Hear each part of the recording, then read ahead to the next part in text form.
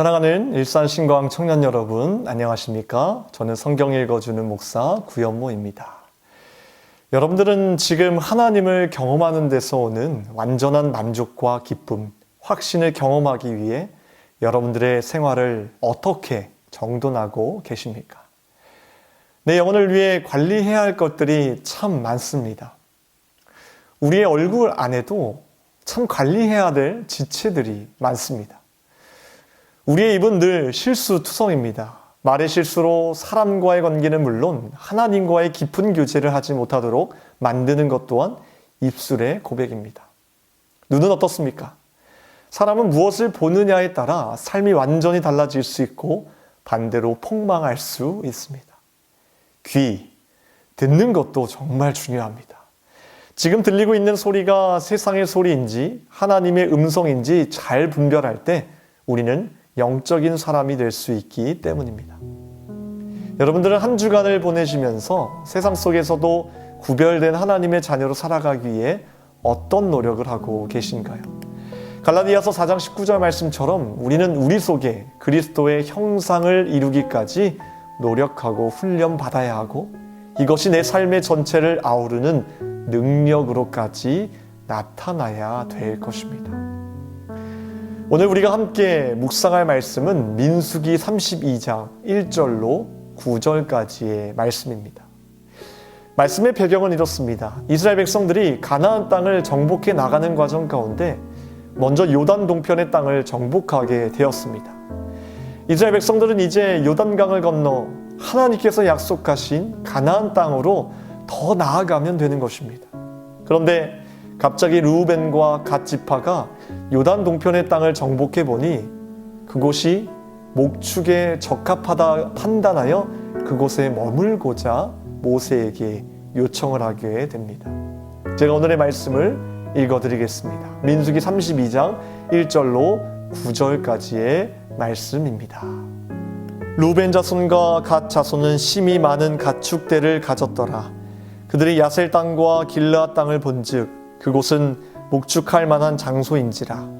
갓 자손과 르우벤 자손이 와서 모세와 제사장 엘르아살과 회중 지휘관들에게 말하여 이르되 아나롯과 디본과 야셀과 니무라와 헤스본과 엘르알레와 스밤과 느보와 부온 곧 여호와께서 이스라엘 회중 앞에서 쳐서 멸하신 땅은 목축할 만한 장소요 당신의 종들에게는 가축이 있나이다. 또 이르되 우리가 만일 당신에게 은혜를 입었으면 이 땅을 당신의 종들에게 그들의 소유로 주시고 우리에게 요단강을 건너지 않게 하소서. 모세가 갓 자손과 르우벤 자손에게 이르되 너희 형제들은 싸우러 가거늘 너희는 여기 앉아 있고자 하느냐. 너희가 어찌하여 이스라엘 자손에게 낙심하게 하여서 여호와께서 그들에게 주신 땅으로 건너갈 수 없게 하려 하느냐. 너희 조상들도 내가 가데스 바네아에서 그 땅을 보라고 보내었을 때에 그리하였었나니 그들의 에스골 골짜기에 올라가서 그 땅을 보고 이스라엘 자손을 낙심하게 하여서 여호와께서 그들에게 주신 땅으로 갈 수 없게 하였었느니라. 아멘. 제가 이 본문의 말씀을 다시 한번 읽어드릴 텐데요. 이번에도 마찬가지로 여러분들이 해야 할 일은 마음에 확 와닿는 단어나 문장을 찾으시고 그것이 왜 내 마음에 와닿았는지 스스로 생각해 보시길 바랍니다. 그리고 하나님께 이렇게 여쭤보십시오. 하나님, 이것이 오늘 저의 삶과 어떻게 연결됩니까? 제가 알아야 하거나 되어야 하거나 해야 할 것은 무엇입니까?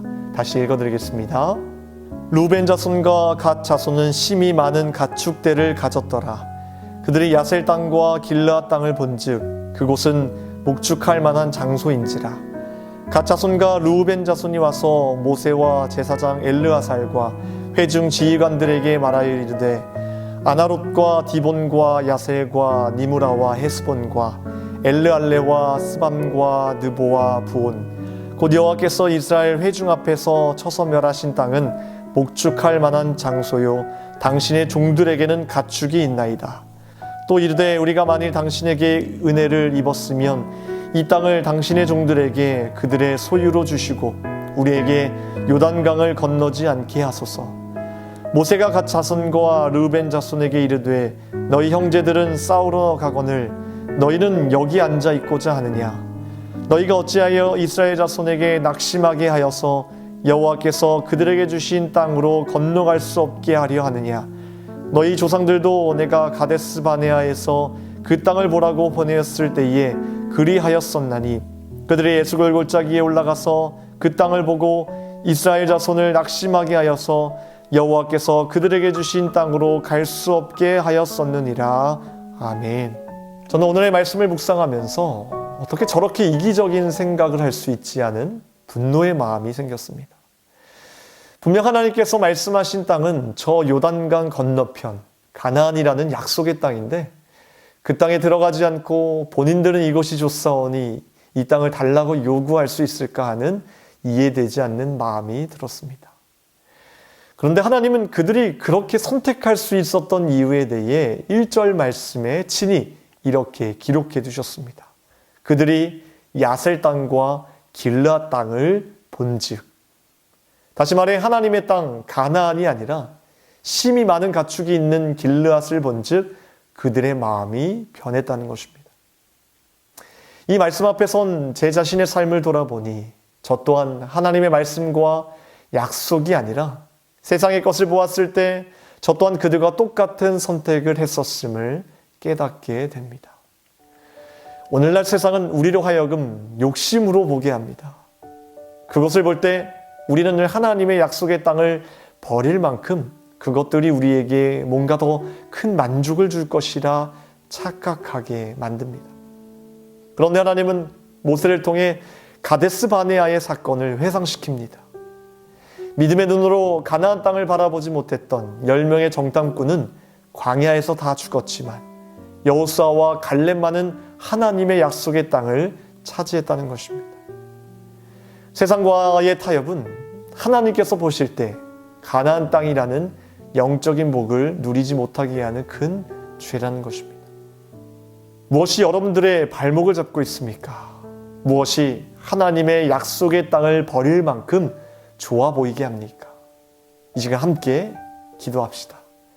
타협하는 인생 되지 않게 하시고 계속해서 영적인 땅으로 저 가나안 땅으로 전진할 수 있는 믿음을 달라고 함께 기도하겠습니다. 기도하겠습니다.